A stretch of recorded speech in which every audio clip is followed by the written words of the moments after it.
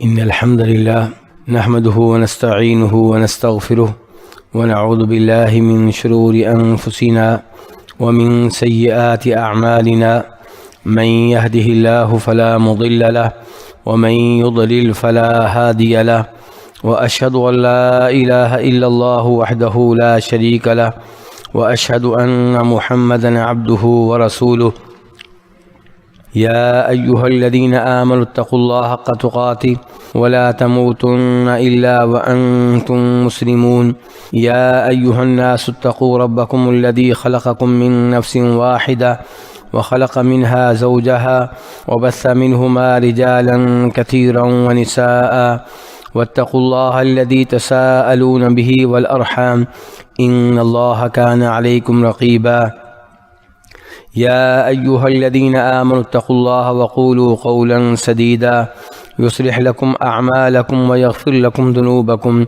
ومن يطع الله ورسوله فقد فاز فوزا عظيما أما بعد فإن خير الحديث كتاب الله وخير الهدي هدي محمد صلى الله عليه وسلم وشر الأمور محدثاتها وكل محدثة بدعة وكل بدعة ضلالة وكل ضلالة في النار۔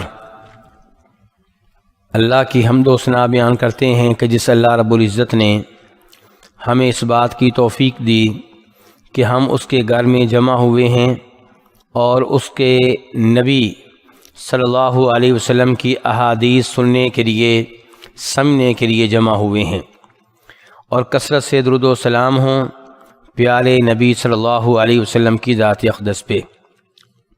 عصر کے بعد ہم امام بخاری اور ان کی کتاب کے بارے میں گفتگو کافی حد تک کر چکے ہیں، لیکن بخاری شریف کے تعلق سے گفتگو کا کچھ حصہ باقی ہے، اسے مکمل کرنے کی اللہ کے فضل و کرم سے کوشش کریں گے۔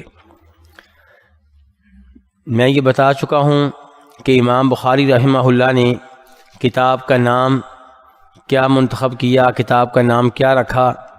بخاری شریف تو ہم اپنی آسانی کے لیے کہتے ہیں، ورنہ کتاب کا نام یہ ہے کہ الجامع الصحیح المسند المختصر من امور رسول اللہ صلی اللہ علیہ وسلم وسننہ وایامہ۔ اب ہم بیان کرنا چاہیں گے کہ امام بخاری نے یہ کتاب لکھنے کا فیصلہ کیوں کیا، اس کے اسباب کیا تھے۔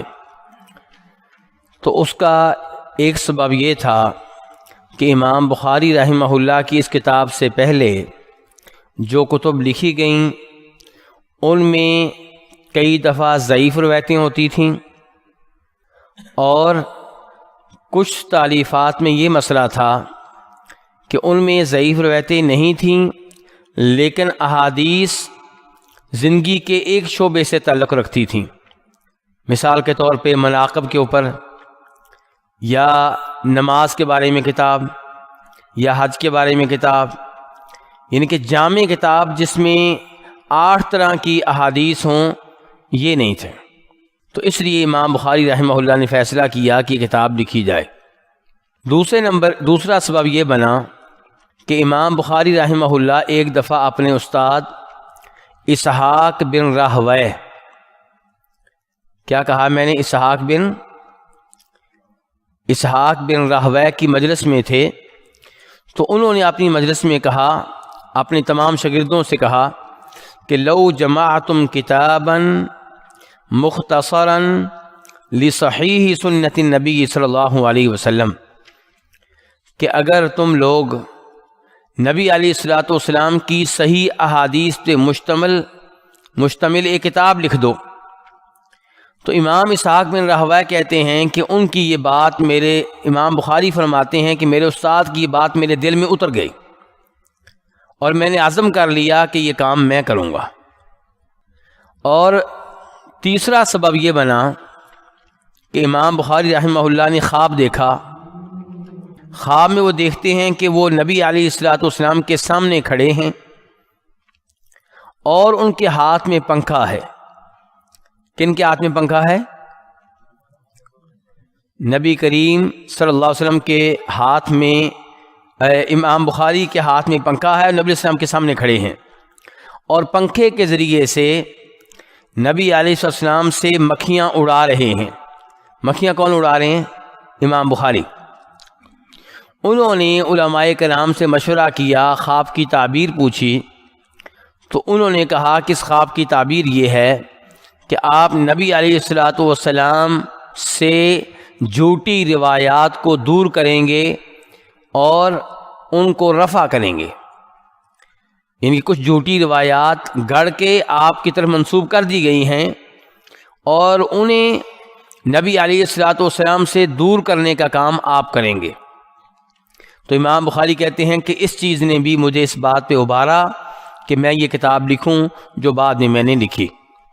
تو یہ اسباب تھے بخاری شریف لکھنے کے۔ اب میں یہ بیان کرنا چاہوں گا کہ امام بخاری کا مقام و مرتبہ بہت بلند ہے، یعنی کہ صحیح بخاری میں جو احادیث لے کر آئے ہیں ان احادیث کا مقام و مرتبہ بہت ہی بلند ہے۔ اس کی وجہ کیا ہے؟ اس کی کچھ وجہ تو آپ نے جان لی ہے، کس کے ذریعے؟ کتاب کے نام کے ذریعے۔ جو انہوں نے کتاب کا نام رکھا ہے اس سے ہمیں معلوم ہو گیا کہ امام بخاری کی شرائط کتنی سخت ہیں۔ اس کے بعد کچھ اور چیزیں آپ کے سامنے رکھنا چاہوں گا کہ امام بخاری کا مقابلہ کرتے ہیں ہم امام مسلم سے۔ کس سے مقابلہ کرتے ہیں؟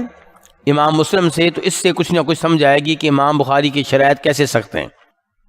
اگر کوئی ایسا راوی ہو جو بہت زیادہ حدیثیں بیان کرتا ہو، جیسے امام زہری ہیں، امام زہری کا نام سنا ہوگا آپ نے، امام زہری بہت حدیثیں بیان کرتے ہیں ماشاءاللہ۔ تو اگر ایسا کوئی راوی ہو تو ایسے راوی کے پھر کئی شاگرد ہوتے ہیں، ایسے ہی ہے؟ اور کیا استاد کے شاگرد سب ایک جیسے ہوتے ہیں؟ فرق ہوتا ہے، ایسے ہی ہے نا؟ تو بعد میں آنے والے لوگوں نے جائزہ لیا امام بخاری کا۔ مثال کے طور پہ امام زہری کی احادیث انہوں نے چیک کی، امام بخاری نے جو احادیث امام زہری سے لی ہیں انہوں نے چیک کیا، تو انہوں نے دیکھا کہ امام زہری کے شاگردوں کے 5 درجے ہیں۔ کتنے درجے ہیں؟ 5 درجے۔ اب امام بخاری امام زہری کے ہر شاگرد سے حدیث نہیں لیتے، وہ امام بخاری کے امام زہری کے شاگردوں کے 5 درجے بنائے جائیں تو جو پہلے درجے کے شاگرد ہیں ان سے حدیث لیتے ہیں امام زہری کی، اور کبھی کبھی دوسرے درجے کی لے لیتے ہیں، تیسرے درجے کی نہیں لیتے۔ جبکہ امام مسلم کیا کرتے ہیں؟ امام مسلم پہلے درجے کی بھی حدیث لے لیتے ہیں اور دوسرے درجے کی حدیث بھی لے لیتے ہیں اور تیسرے درجے کی حدیثیں بھی لے لیتے ہیں، اگرچہ اس میں سوچ و بچار کرتے ہیں، انتخاب کرتے ہیں، سلیکٹ کرتے ہیں۔ لیکن آپ دیکھیے کہ امام بخاری تیسرے درجے میں آتے ہی نہیں ہیں۔ کچھ اندازہ ہوگا نا اس کا؟ تو یہ کہ امام بخاری مختصرین سے، اب میں جو الفاظ میں نے اس کے لیے منتخب کیے ہیں اگر کوئی لکھنا چاہے تو وہ بیان کر دیتا ہوں، جو لکھنا چاہیں تو نہ لکھنا چاہیں تو آپ کی مرضی، کہ امام بخاری مختصرین سے روایت کرنے والے، مختصرین کا مطلب ہوتا ہے جو کثرت سے حدیثیں بیان کریں، مختصرین۔ امام بخاری مختصرین سے کے ساتھ ہے، 3 نقطوں والی جو ہوتی ہے۔ امام بخاری مختصرین سے روایت کرنے والے 5 طبقات میں سے پہلے طبقے سے روایت کرتے ہیں اور دوسرے طبقے سے سلیکٹ کرتے ہیں۔ مثال کے طور پہ امام زہری کے شاگردوں کا جو دوسرا طبقہ ہے اس طبقے کی ہر حدیث کو نہیں لیں گے، سوچ و بچار کریں گے، سلیکٹ کریں گے۔ جبکہ امام مسلم طبقہ اولا اور دوسرے طبقہ کی تمام احادیث لیتے ہیں اور تیسرے طبقے میں جا کے وہ انتخاب کرتے ہیں۔ فرق سمجھ گئے آپ امام بخاری امام مسلم میں؟ حالانکہ امام مسلم کی حدیث بھی وہ صحیح ہیں، وہ ضعیف نہیں ہیں، لیکن امام بخاری صحیح کے بہت اونچے درجے پہ ہیں، یہ کہنے کا مطلب ہے۔ دوسرے نمبر پہ دوسری چیز جس سے آپ کو پتہ چلے گا کہ امام بخاری کا معیار کتنا اونچا ہے کہ اتصال سند۔ اتصال سند کا مطلب کیا ہوتا ہے؟ سند کا متصل ہونا، جڑا ہوا ہونا۔ اتصال سند کے اعتبار سے امام بخاری راوی اور اس کے استاد میں، راوی اور اس کے استاد میں، شیخ میں راوی اور اس کے شیخ میں، راوی یا اس کے استاد میں ملاقات کی شرط لگاتے ہیں۔ کیا شرط لگاتے ہیں؟ کہ میں کسی راوی کی تب حدیث اپنی کتاب میں داخل کروں گا جب اس راوی کے بارے میں ثابت ہو جائے کہ اس کی واقعی اس کے استاد سے ملاقات ہوئی تھی۔ جبکہ امام مسلم یہ شرط لگاتے ہیں کہ زمانہ ایک ہونا چاہیے۔ کیا ہونا چاہیے؟ استاد شاگرد کا زمانہ ایک ہو۔ ملاقات ہوئی ہے یا نہیں ہوئی یہ شرط ان کے ہاں نہیں ہے، یعنی کہ جب وہ خود کہہ رہا ہے، اس سے حدیث روایت کر رہا ہے، اب ملاقات ہوئی نہیں ہوئی، جب وہ اس سے حدیث روایت کر رہا ہے تو امام مسلم کہتے ہیں ہم اس کا مطلب یہی لیں گے کہ ملاقات ہوئی ہوگی، اتنا ہی کافی ہے۔ امام بخاری کہتے ہیں نہیں، یہ ثابت ہونا چاہیے کہ راوی اور اس کے استاد میں ملاقات ہوئی تھی، کبھی ملاقات ہوئی تھی تبھی تو اس نے حدیث بیان کی، لیکن ملاقات کا ثبوت ملنا چاہیے۔ سمجھے شیخ صاحب؟ چلیں تیسرے نمبر پہ امام بخاری جن راویوں سے احادیث لینے میں تنہا ہیں، جن راویوں سے حدیث لینے میں کیا ہیں، یعنی کہ امام مسلم کچھ راوی ایسے ہیں جن سے امام مسلم حدیث نہیں لیتے، صرف امام بخاری لیتے ہیں، یہ مطلب ہے میرا کہ امام بخاری جن راویوں سے حدیث لینے میں تنہا ہیں ان کی تعداد 432 ہے، 432 432 ہے، 432 ٹھیک ہے جی، 432۔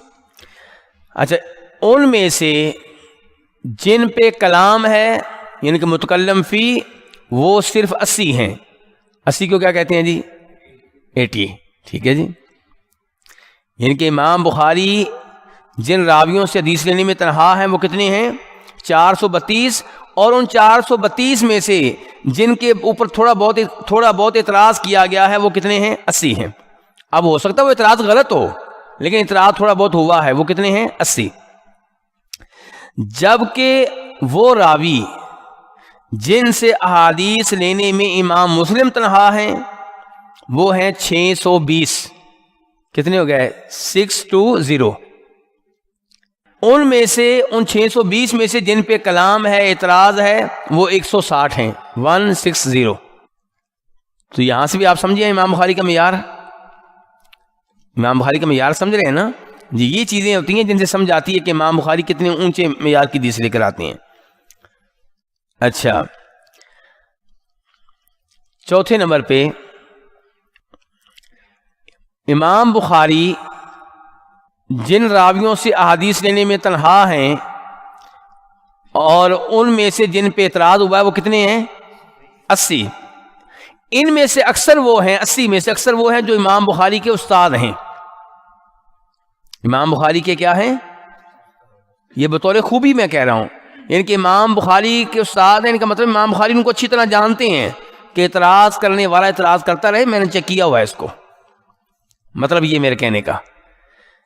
جبکہ امام مسلم کے جن راویوں پہ اعتراض ہوا ہے وہ اکثر اوپر کے لوگ ہیں، استاد کے استاد یا استاد کے استاد کے استاد، یعنی کہ امام مسلم کی ذاتی طور پہ ان سے ملاقات نہیں ہے، کہنے کا مطلب یہ ہے۔ تو یہ چیز بھی سمجھ گئے آپ؟ اچھا جی، آگے چلیں جی۔ ہاں جی، بخاری شریف کے نسخے،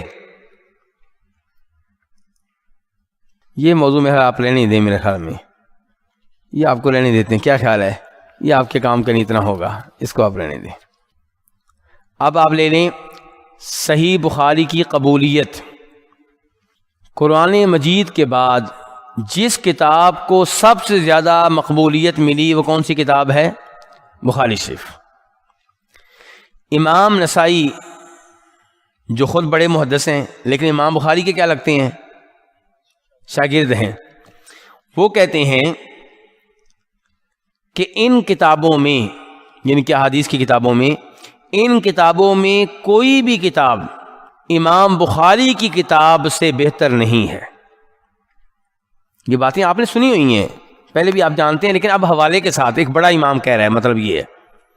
امام نسائی کیا کہہ رہے ہیں، جو خود ایک حدیث کی کتاب کے مؤلف ہیں، بڑے امام ہیں، وہ کہہ رہے ہیں ان حدیث کی کتب میں کوئی بھی کتاب امام بخاری کی کتاب سے عمدہ اور بہتر نہیں ہے۔ اور امام دارقطنی کہتے ہیں، امام دارقطنی وہ کہتے ہیں کہ محمد بن اسماعیل البخاری کی کتاب سے کوئی بھی کتاب بہتر اور افضل نہیں ہے۔ یہ بات کرنے والے خود وہ ہیں جو بڑے بڑے امام ہیں۔ اچھا، ایک امام ہیں امام ابو اسحاق ابراہیم الاسفرائینی، نام آپ لکھ سکیں تو اچھی بات ہے، نہیں تو کوئی بات نہیں، بات یہ سن لیں آپ۔ وہ کہتے ہیں کہ جو حدیث کے ماہر ہیں، یہ امام ابو اسحاق ابراہیم بن محمد الاسفرائینی کہہ رہے ہیں کہ جو حدیث کے ماہر ہیں ان کا اس بات پہ اتفاق ہے کہ جو احادیث بخاری مسلم میں آئی ہیں وہ قطعی طور پہ صحیح ہیں۔ وہ کیا ہیں؟ وہ قطعی طور پہ صحیح ہیں، اور ان کے صحیح ہونے میں کوئی اختلاف نہیں ہے۔ وہ کیا کہہ رہے ہیں؟ ان کے صحیح ہونے میں کوئی اختلاف نہیں ہے۔ اگر کہیں پہ کوئی اختلاف ہوا ہے تو ان کے کسی راوی پہ ہوا ہے، حدیث کے اوپر نہیں ہوا۔ یہ ذرا بات کو سمجھیں ذرا، اگر کہیں پہ کوئی اعتراض ہوا ہے تو ان کے کسی راوی پہ ہوا ہے، حدیث کے اوپر نہیں ہوا۔ کیا مطلب؟ یعنی کہ جو حدیثیں وہ لے کر آئے ہیں نا، وہ تو شک و شبہ سے بالاتر ہیں۔ کیونکہ اگر ان کی بیان کردہ کسی حدیث کے کسی راوی پہ اعتراض ہوا بھی ہے تو وہی حدیث کسی اور کتاب میں موجود ہے، اس میں راوی مختلف ہے، کسی اور کتاب میں موجود ہے، کسی اور کتاب میں موجود ہے، تو حدیثیں سب شک و شبہ سے بالاتر ہیں۔ ہاں، ہو سکتا ہے کسی راوی کے اوپر کبھی کسی نے اعتراض کیا ہو۔ یہاں ایک بات بے شک آپ لکھیں نہیں، ویسے سمجھ لیں ایک بات، امام بخاری امام مسلم کی کتابوں کو اللہ نے یہ بھی اعزاز دیا ہے کہ ان کے بعد کئی اور محدث آئے، انہوں نے کیا کیا؟ ان میں سے کئی ایک نے فیصلہ کیا کہ ہم وہی احادیث جو بخاری مسلم میں اپنی کتاب میں لے کر آئیں گے، لیکن اور استادوں سے۔ لیکن کن سے؟ یعنی کہ امام بخاری کے استاد سے نہیں، اپنے استاد سے لے کر آئیں گے۔ تو ان کتابوں کا کیا فائدہ ہوا؟ پھر بخاری شریف کی مزید تصدیق ہو گئی، مسلم شریف کی مزید تصدیق ہو گئی۔ یعنی کہ یہ کام بھی ہوا ہے، اور یہ معمولی کام نہیں، بہت بڑا کام ہے کہ حدیثیں وہی ہوں گی جو بخاری شریف میں آئی ہیں، لیکن استاد امام بخاری والے نہیں ہوں گے، ہمارے اپنے استاد بیان کریں گے اور سائڈ سے حدیث لیں گے ہم۔ تو یہ یعنی کہ ڈبل ٹرپل ان کی تصدیقیں ہوتی رہی ہیں، تصدیق کے اوپر تصدیق کہنے کا مطلب یہ ہے۔ تو اس لیے یہ امام ابو اسحاق ابراہیم بن محمد اسفرائینی کہتے ہیں، یہ ان کا دوبارہ میں خلاصہ بتا رہا ہوں جو بات آپ لکھ چکے ہیں، کہ جو حدیث کے ماہر ہیں ان کا اتفاق ہے کہ بخاری مسلم کی سب احادیث صحیح ہیں۔ اگر کہیں پہ کچھ اختلاف ہوا ہے تو ان کی کتاب کے کسی راوی کے ساتھ اختلاف ہو سکتا ہے، حدیث میں کوئی اختلاف نہیں ہے۔ اور راوی کے ساتھ بھی جو اختلاف ہے نا، وہ اختلاف ہے، ہو سکتا ہے اس میں سچے امام بخاری ہوں، ہو سکتا ہے اس میں سچے امام مسلم ہی ہوں، کسی نے اختلاف کر دیا جی اس راوی سے یہ راوی تھوڑا سا کمزور ہے، لیکن جب فیصلہ ہوگا بعد میں تو عام طور پہ فیصلہ یہ ہوتا ہے کہ جہاں بھی امام بخاری کے اوپر کسی بڑے امام نے ان کے زمانے میں اعتراض کیا بھی تو وہاں پہ حق امام بخاری کے ساتھ تھا۔ حق کس کے ساتھ تھا؟ امام بخاری کے ساتھ تھا۔ اچھا، ایک اور بڑی خوبصورت بات ہے، وہ آپ دیکھیں، امام ہیں ابو نصر وائلی، ابو نصر وائلی السجزی، سین جیم زے پتہ نہیں آپ یہاں پہ کیا کہتے ہیں، سعودیہ میں جائیں تو زا کہتے ہیں، پاکستان میں جائیں تو زے کہتے ہیں، آپ پتہ نہیں اب کیا کہتے ہیں، زے کہتے ہیں کہ زا کہتے ہیں، چلیے السجزی، ٹھیک ہے، حافظ ابو نصر الوائلی السجزی، وہ کہتے ہیں کہ فقہا اور دیگر علماء کرام کا اس بات پہ اتفاق ہے، فقہا اور دیگر علماء کرام کا اس بات پہ اتفاق ہے کہ اگر کوئی آدمی طلاق کے ساتھ قسم اٹھا لے، کس کے ساتھ قسم اٹھا لے؟ یہ بات لکھنے سے پہلے سمجھ لیں، پھر ابھی لکھیں، پہلے سمجھ لیں، وہ کیا کہنا چاہتے ہیں؟ ایک آدمی کہتا ہے کہ اگر بخاری کی سب احادیث صحیح نہ ہوں تو میری بیوی کو طلاق. کیا کہہ دیا اس نے؟ یعنی کہ کہیں پہ کوئی بات ہو رہی تھی، وہ جذبات میں آ گیا، اس نے کہہ دیا اگر بخاری شریف کی سب احادیث صحیح نہ ہوں تو میری بیوی کو طلاق. اب بات تو ہو گئی، اب اس کے بعد طلاق دینے کے بعد ہم کدھر چلتے ہیں؟ پھر مولوی صاحب کے پاس. ایسے ہی ہے نا، طلاق دینے سے پہلے نہیں پوچھتے کہ مولوی صاحب طلاق دینی ہے، شریعت نے طریقہ کیا سکھایا ہے. پھر ہم آتے ہیں بعد میں مولوی صاحب کے پاس، کہتے ہیں اب وہ مولوی صاحب کے پاس جائے گا کہ اب بتائیں کہ طلاق ہوئی کہ نہیں ہوئی، میں تو یہ کہہ بیٹھا ہوں. تو وہ یہ بیان کرتے ہیں کہ علماء کرام کا اتفاق ہے کہ اگر ایسی کوئی قسم اٹھا لے تو اس کی بیوی کو طلاق نہیں ہوگی، کیونکہ بخاری کی سب حدیث صحیح ہیں. یہ بیان کرنا چاہتے ہیں، اور کہتے ہیں سب علماء کرام کا اس بات پہ کیا ہے؟ اتفاق ہے. بولیے، بڑا اہم لفظ یہ ہے کہ سب علماء کرام کا وہ کہہ رہے ہیں اتفاق ہے. کہتے ہیں حافظ ابو نصر الوائلی السجزی، ان کی بلکہ تاریخ وفات کسی نے لکھنی ہو تو لکھ لے، کیونکہ کئی دفعہ کوئی آج بھی ایسا آدمی ہمیں کوئی ٹکر جاتا ہے جو جناب بخاری شریف کے خلاف بول رہا ہوتا ہے، تو اس لیے یہ پرانے علماء کرام کے حوالے ہیں. اب یہ کب فوت ہوئے ہیں؟ 444 ہجری میں، 444. ٹھیک ہے جی. حافظ ابو نصر الوائلی السجزی وہ کہہ رہے ہیں کہ فقہاء اور دیگر علماء کرام کے اس بات پہ اتفاق ہے کہ اگر کوئی آدمی طلاق کی قسم اٹھا لے اس بات پہ کہ بخاری میں جتنی بھی حدیثیں ہیں وہ ساری کی ساری نبی علیہ الصلوۃ والسلام سے ثابت ہیں اور اللہ کے رسول نے وہ سب کی سب کہی ہیں، اس میں کوئی شک و شبہ نہیں ہے، تو اس کی بیگم کو طلاق نہیں ہوگی اور وہ قسم اٹھانے میں سچا ہوگا. سمجھے نہیں مسئلہ؟ چلیں. اور ایسی بات ایک اور امام نے بیان کی ہے، لیکن ایک ہی حوالہ کافی آپ کے لیے. یہ ایک اور امام ہیں، امام بدر الدین، ان کا آپ ضرور لکھیں، امام بدر الدین العینی الحنفی، یہ یعنی کہ فقہ حنفی سے تعلق رکھتے ہیں.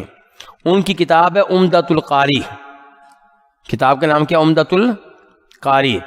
اور یہ فوت ہوئے ہیں 855 ہجری میں، 855 855 ہجری میں فوت ہوئے ہیں. یہ کہہ رہے ہیں کہ مشرق و مغرب کے علماء کرام کا اس بات پہ اتفاق ہے، مشرق و مغرب کے علماء کرام کا اس بات پہ اتفاق ہے کہ قرآن پاک کے بعد کوئی کتاب بخاری مسلم سے زیادہ صحیح نہیں ہے. چلیں جی. اچھا، آگے ایک اور بزرگ ہیں جو ہمارے پاک و ہند سے ہیں، ان کا نام لکھنے، شاہ ولی اللہ دہلوی. سنا ہوا نا نام کا؟ شاہ ولی اللہ دہلوی. وہ کہتے ہیں محدثین کا اس بات پہ اتفاق ہے کہ بخاری مسلم میں جو مرفوع متصل احادیث ہیں، بخاری مسلم میں جو متصل مرفوع احادیث ہیں وہ قطعی طور پہ صحیح ہیں، اور وہ متواتر ہیں. امام بخاری امام مسلم تک وہ متواتر ہیں. اور ساتھ وہ یہ کہتے ہیں، بڑا اہم جملہ، جو بھی آدمی ان کی شان میں کمی کرے تو وہ بدعتی ہے اور وہ مسلمانوں کے راستے پہ نہیں چل رہا. جو بھی آدمی ان کی کیا کرے؟ توہین کرے، ان کی شان میں کمی کرے، وہ بدعتی ہے اور وہ مسلمانوں کے راستے پہ چلنے والا نہیں ہے. اس کے بعد علامہ انور شاہ کاشمیری، یہ بھی ہمارے علاقے کے ہیں، پاک و ہند کے، اور انہوں نے بخاری شریف کی شرح لکھی ہے. اوپر جو آئے تھے نا امام عینی، انہوں نے بھی بخاری شریف کی شرح لکھی ہوئی ہے، کیونکہ عام معمولی لوگ نہیں ہیں یہ لوگ. تو وہ کہہ رہے ہیں کہ جان لو، علامہ انور شاہ کشمیری کیا کہہ رہے ہیں؟ جان لو کہ بخاری مسلم کی احادیث کے صحیح ہونے پہ اتفاق ہو چکا ہے. اس بات پہ اتفاق ہو چکا ہے کہ بخاری مسلم کی احادیث، یہ میں نے جو حوالے لکھائے ہیں آپ کو بڑے قیمتی والے ہیں، کیونکہ مجھے پتہ ہے یہ عقیدہ آپ کا پہلے سے ہے، لیکن کئی دفعہ آپ کو کوئی آدمی مل جاتا ہے تو وہاں پہ پھر آپ کے پاس کوئی حوالہ نہیں ہوتا، تو پھر وہاں پہ آپ پریشان ہو جاتے ہیں۔ اب میں نے ان علماء کرام کے نام آپ کو دے دیے ہیں جو بتا رہے ہیں کہ اتفاق ہے، یعنی کہ آج کوئی اختلاف کرتا ہے تو کرے، پرانے علماء کرام کا اتفاق ہے کہ بخاری مسلم کی یہ سب احادیث جو ہیں وہ صحیح ہیں۔